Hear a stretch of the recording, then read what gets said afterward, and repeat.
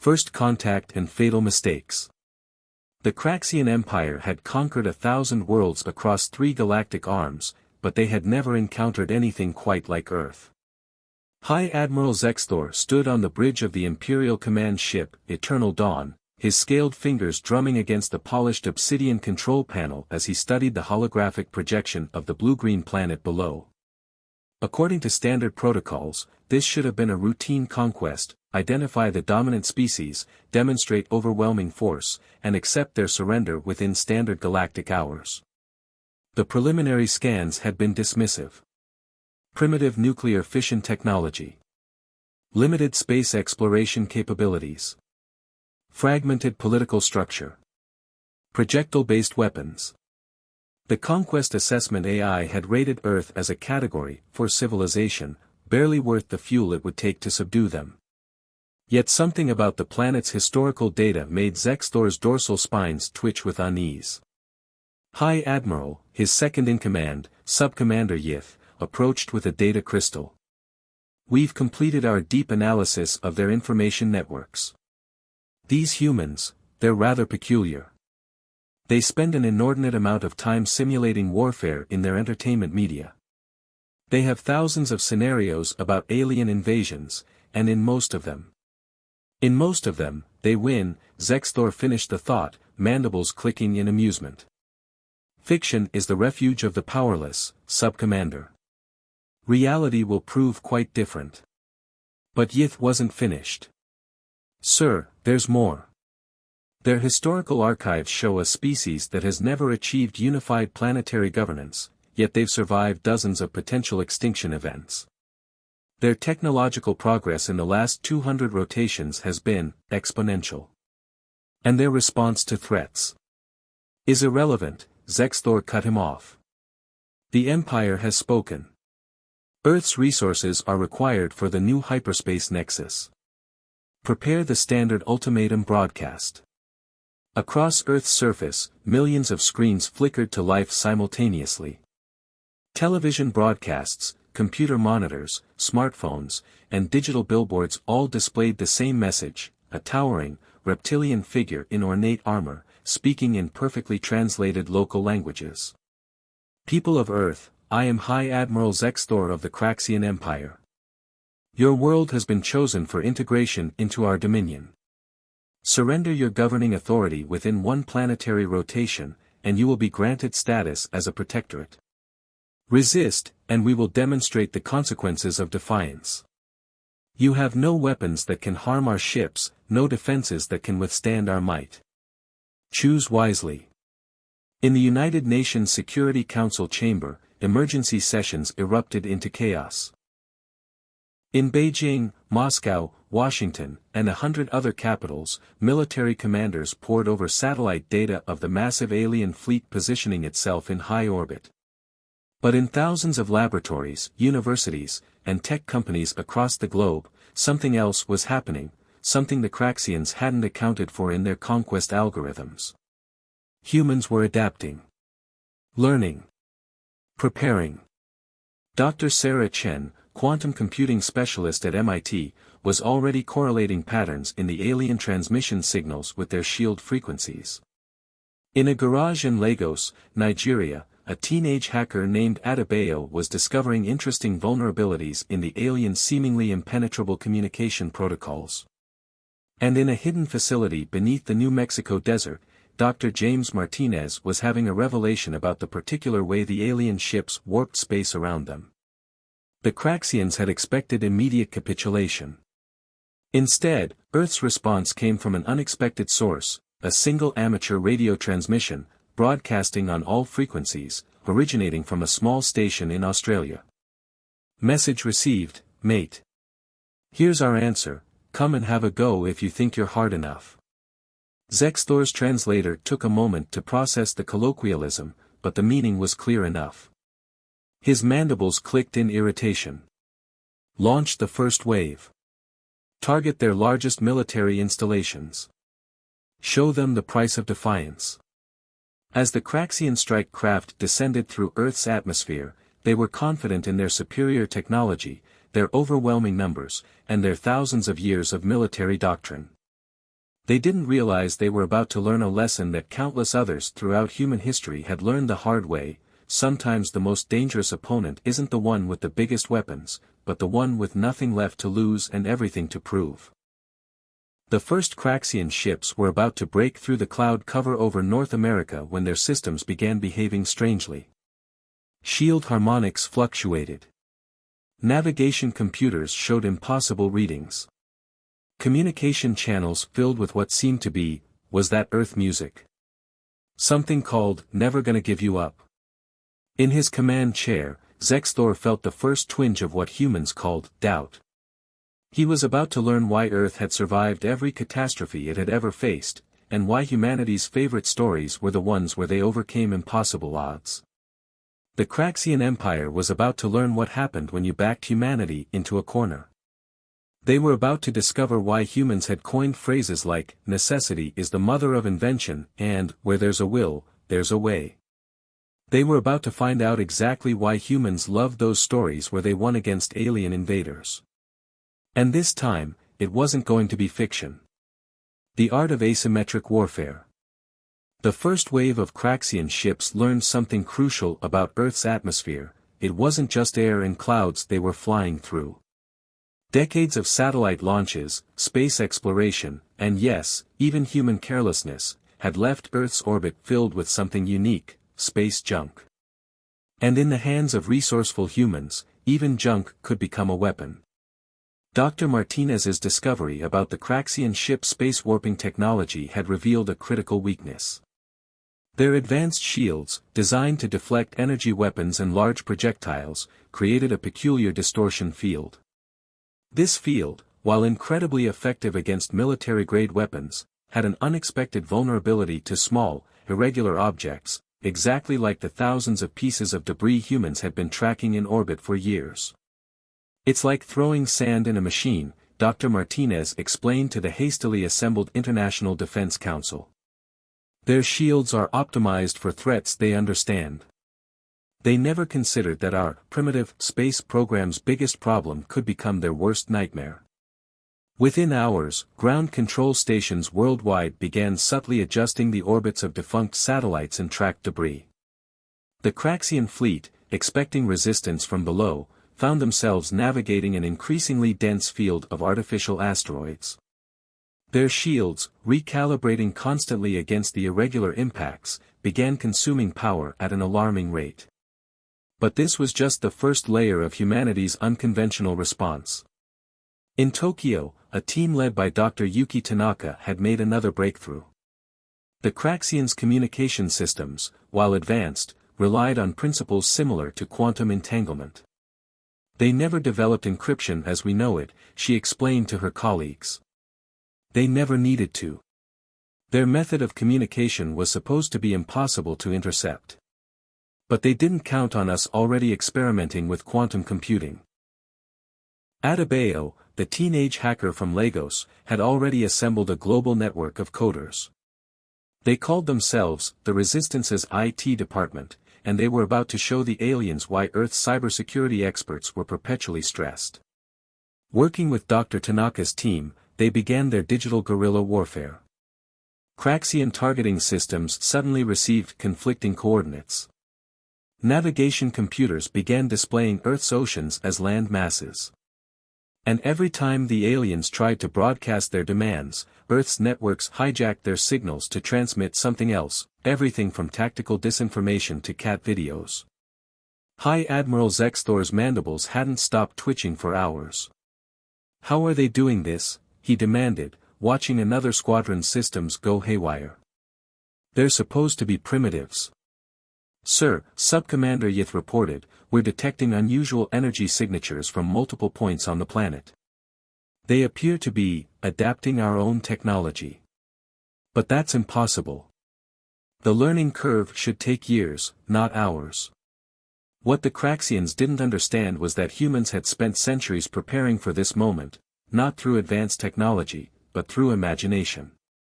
Every science fiction story, every war game, every disaster scenario had been a rehearsal.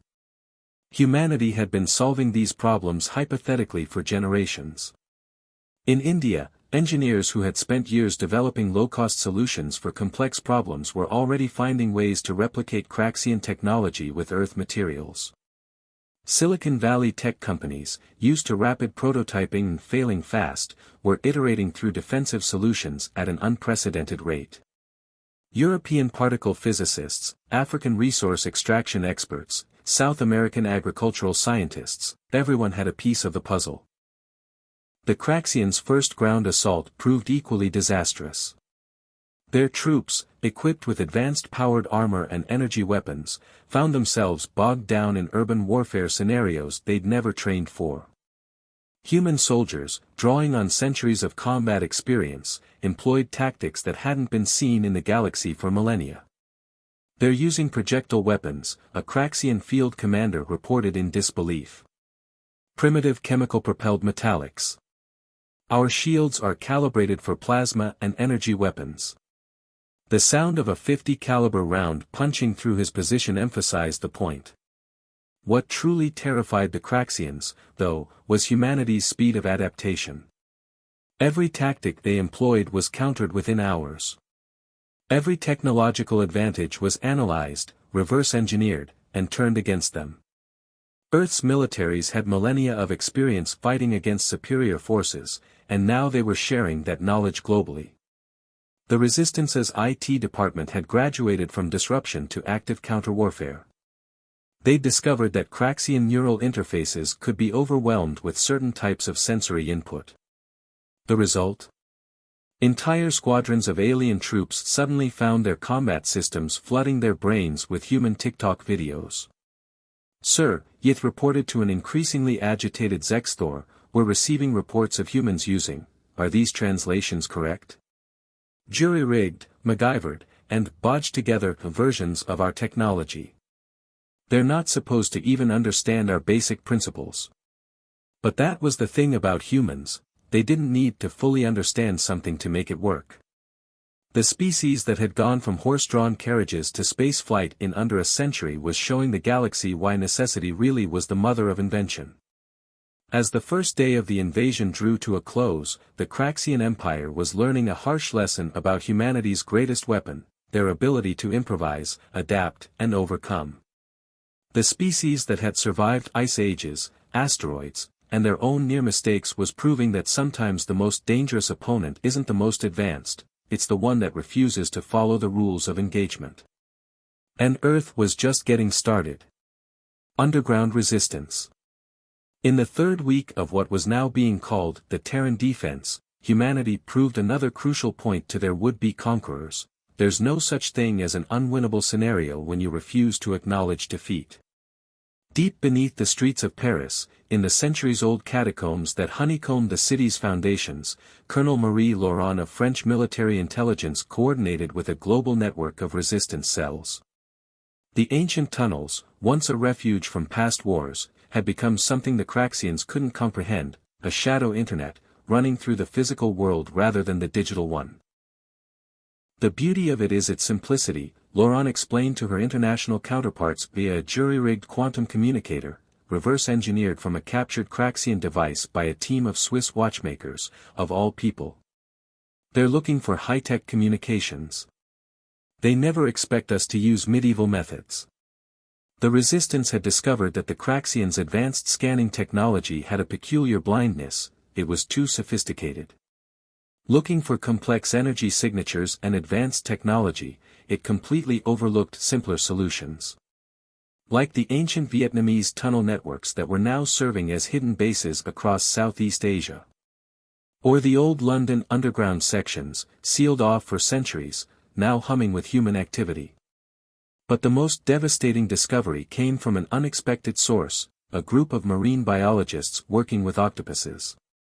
Dr. Maria Santos had noticed something fascinating about the Craxians' neural interface technology: it was exclusively designed for vertebrate brains. Their entire empire has never encountered intelligent life that evolved along a different path, she explained to the Resistance leadership. Their neural technology is built on assumptions about brain structure that don't apply to all Earth life, and they certainly don't expect us to exploit that. What followed was perhaps the most bizarre weapons development program in human history. Teams of biologists and computer engineers worked together to create hybrid interfaces, merging human intuition with cephalopod problem-solving approaches. The results were devastating. Craxian systems, encountering thought patterns they'd never been designed to process, crashed spectacularly. Meanwhile, in the deserts of Australia, Aboriginal guides led resistance fighters through pathways that appeared on no map, using navigation techniques passed down through 50,000 years of human history. Craxian pursuit forces, relying on their advanced technology, found themselves hopelessly lost in landscapes they thought they'd mapped perfectly. The Inuit people of the Arctic shared centuries-old survival techniques that allowed human forces to operate in conditions that caused Craxian equipment to fail. Bedouin tribes in the Middle East demonstrated how to disappear into seemingly empty deserts, striking at will and vanishing like ghosts. But perhaps the most powerful weapon in humanity's arsenal was something the Craxians had initially dismissed as a weakness: cultural diversity. Each human culture approached problems differently, created unique solutions, saw opportunities others might miss. The invasion had done something unprecedented in human history: it had united Earth's peoples while preserving and celebrating their differences. They expected us to be divided, mused General Chen Wei during a secure briefing. Instead, our differences became our strength. Every culture, every tradition, every unique way of thinking gives us another way to fight back. The psychological impact on the Craxian forces was profound. They'd expected to face a primitive species fighting with inferior technology. Instead, they found themselves against an enemy that seemed to be everywhere and nowhere, using weapons and tactics that ranged from the impossibly primitive to the inexplicably advanced. One Craxian unit found their systems compromised by code written by a teenager in Brazil. Another was ambushed using hunting techniques perfected by African tribes thousands of years ago. A third fell victim to traps inspired by ancient Roman engineering, updated with modern materials. High Admiral Zexthor's reports to the Empire became increasingly desperate. These humans, they don't fight like a civilization at their technological level should. They combine technologies and techniques that should be centuries apart. They use principles that violate every military doctrine we know. And worst of all, they're learning. What terrified the Craxians most wasn't just that humans were adapting their technology, it was that they were adapting it in ways the Craxians had never imagined possible. A group of Indian engineers had taken Craxian shield technology and modified it to work using principles from ancient meditation techniques. Japanese scientists had merged Craxian quantum communications with concepts from Zen philosophy, creating transmission systems that were impossibly difficult to intercept. The Resistance's greatest victory came when they discovered something about Craxian psychology: the aliens were fundamentally unprepared for human creativity. Their society, built on strict hierarchies and standardized solutions, had no defense against humanity's chaos and innovation. They keep trying to find patterns in our resistance, Laurent observed. They don't understand that our strength lies in our unpredictability. Every human culture, every individual, brings something unique to this fight. As the third week drew to a close, the Craxian Empire faced an uncomfortable truth. They weren't fighting a single enemy with a unified approach. They were fighting countless different enemies, each with their own methods, all working together in ways that defied prediction or comprehension. And somewhere in orbit, watching his invasion plans crumble, High Admiral Zexthor was beginning to understand a terrible truth: perhaps the human stories about defeating alien invaders weren't just fiction after all. Perhaps they were prophecy. The counterstrike. A month into the invasion, Earth revealed another uniquely human trait that the Craxian Empire had failed to account for: the ability to turn an enemy's strength into a weakness. In a hidden facility beneath the Antarctic ice, humanity's first reverse-engineered Craxian spacecraft was about to take flight. Dr. Elena Rossi stood before the assembled military leaders, her team's creation looming behind her. The ship looked wrong somehow, a hybrid of sleek alien technology and pragmatic human engineering. "We didn't try to copy their technology exactly," she explained. "Instead, we understood it, then rebuilt it the way humans would have developed it. The result was something that would have horrified Craxian engineers. Where their ships were elegant and standardized, this vessel was a patchwork of solutions from a dozen different cultures. Indian heat management systems derived from ancient stepwell architecture. Chinese energy distribution inspired by feng shui principles. African structural design based on centuries-old tribal engineering. They built their technology to be perfect, Rossi continued. We built ours to be fixable. Adaptable. Improvable. They don't even carry repair tools because their systems don't fail. We designed ours expecting everything to go wrong. Operation Pandora's Box, as it was dubbed, began not with a bang, but with silence. The hybrid ship, christened Humanity's Hope, slipped through the Craxian defense grid undetected. Their sensors, calibrated to detect their own technology, failed to recognize this jury-rigged variant. The ship's crew was as diverse as its engineering. Captain Sarah Chen, whose quantum computing expertise had helped crack Craxian shield frequencies. Navigator Muhammad Al-Rahman, whose understanding of ancient celestial navigation provided backup when advanced systems failed. Engineer Kwame Osei, who could maintain the fusion drive with little more than duct tape and determination. In orbit, High Admiral Zexthor received increasingly concerning reports.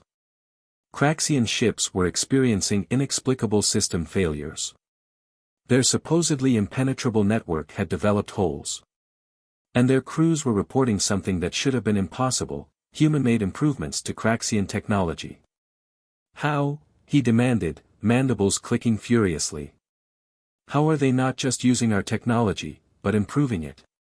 The answer came from an unexpected source, a junior analyst who had been studying human entertainment. Sir, they have this concept called modding.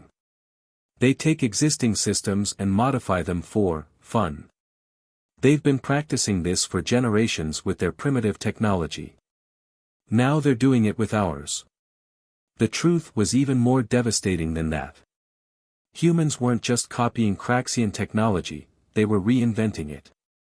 Each culture approached the same technology from a different perspective, finding improvements the Craxians had never considered. Japanese engineers, applying principles of miniaturization, had created more efficient versions of Craxian power systems. Brazilian programmers, used to working with limited resources, had optimized their computer systems beyond what the Craxians thought possible. But the real game-changer came from an unexpected quarter: the video gaming industry. Years of creating virtual worlds had given them unique insights into manipulating reality itself. When they got their hands on Craxian holographic technology, they didn't just use it, they revolutionized it. The counteroffensive began with what appeared to be a massive fleet of Earth ships emerging from behind the moon. The Craxian fleet responded immediately, only to find they were attacking sophisticated holograms. The real attack came from dozens of smaller, hybrid ships, slipping through their disorganized ranks. Remember, Captain Chen's voice crackled across the human fleet's comm systems, we don't need to beat their technology. We just need to use it better than they do. And use it better they did. Ships piloted by human gamers pulled maneuvers that Craxian tactical computers insisted were impossible. Hybrid weapons, combining Earth's primitive projectile technology with Craxian energy systems, bypassed their shields completely. And the humans had one more advantage: they expected things to go wrong and knew how to adapt on the fly. The space around Earth became a proving ground for human ingenuity. Craxian ships, designed to fight in formation with standardized tactics, found themselves against opponents who treated space combat like a mix between guerrilla warfare and improvisational jazz. Human pilots drew on everything from ancient dogfighting techniques to maneuvers from science fiction shows. In his command ship, Zexthor watched in horror as his fleet was systematically dismantled by forces they outnumbered and should have outmatched. The humans weren't just fighting back, they were innovating in real time, each engagement teaching them more about Craxian technology and tactics. They're not using our technology the way it's meant to be used, his tactical officer reported, bewildered. They're using it the way they think it should work. And somehow, they're making it work better. The killing blow came when the humans revealed their master stroke. They hadn't just been studying Craxian technology, they'd been rewriting it. A signal, broadcast from stations around the globe, triggered dormant code hidden in captured Craxian systems. Across the invasion fleet, ships discovered that their technology had been fundamentally altered, improved in ways their own engineers hadn't thought possible.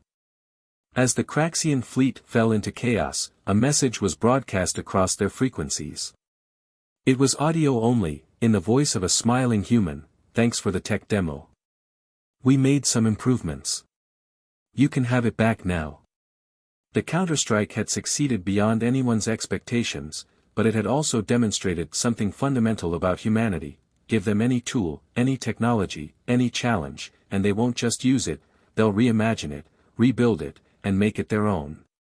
And the galaxy was about to learn just how creative humans could be with their new toys. A new dawn. 6 months after what the galaxy would come to know as the Earth Incident, High Admiral Zextor stood before the Galactic Council, his once pristine armor now bearing the marks of defeat. The chamber, filled with representatives from 1,000 worlds, had gathered for an unprecedented event: the admission of Earth into the galactic community, not as a conquered world, but as a power that had earned its place among the stars. "We were wrong," Zextor began, his voice carrying across the stunned chamber. "We measured civilization by the age of their technology, the size of their fleet, the uniformity of their culture. We failed to understand that true advancement isn't about having the most powerful weapons, it's about how you use what you have." In the Earth Delegations section, Dr. Sarah Chen sat beside Colonel Loran, both now serving as humanity's first galactic ambassadors. Around them, representatives from every nation on Earth watched as their planet's status in the cosmos was forever changed. "The humans," Zextor continued, "taught us something we had forgotten in our millennia of expansion. They showed us that diversity isn't a weakness to be overcome, but a strength to be embraced. That creativity and adaptability are worth more than all the battleships in the galaxy." The evidence was impossible to ignore. In just 6 months, human innovations had begun transforming the galaxy.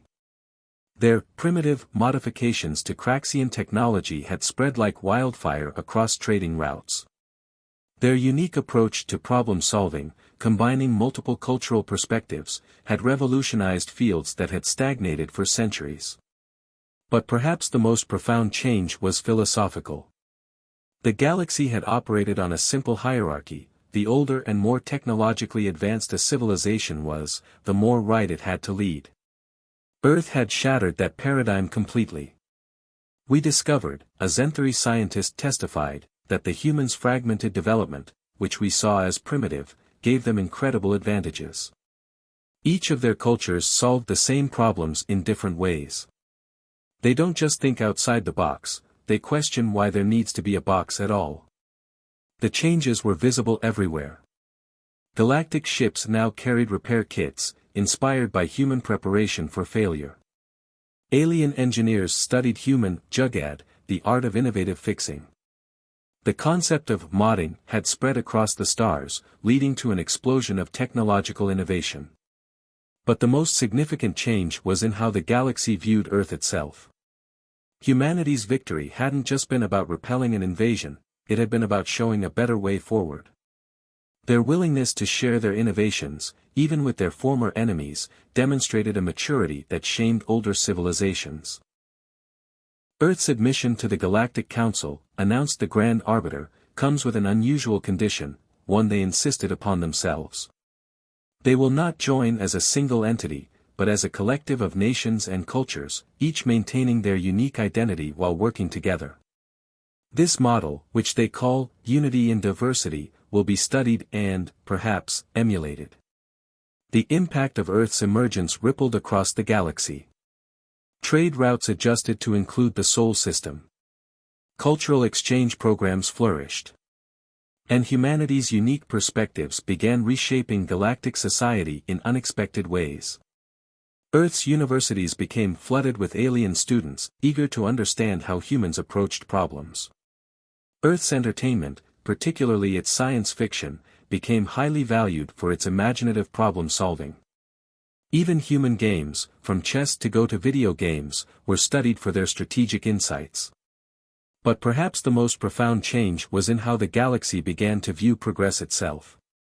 The human concept of continuous improvement, of never being satisfied with good enough, began to influence civilizations that had remained static for millennia. We thought we were coming to teach them, Zextor concluded his address, but they taught us instead.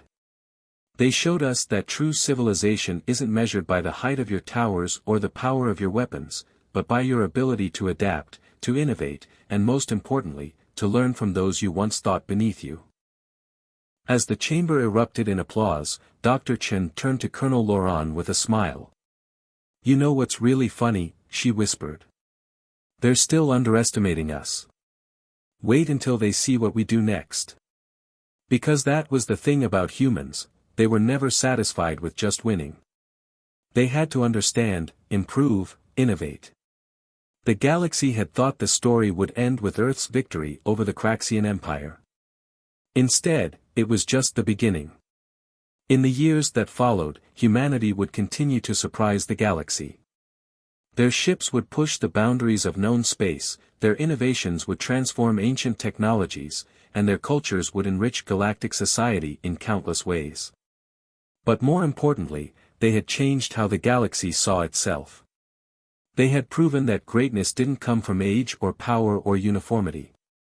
It came from diversity, from creativity, from the willingness to learn and adapt and grow.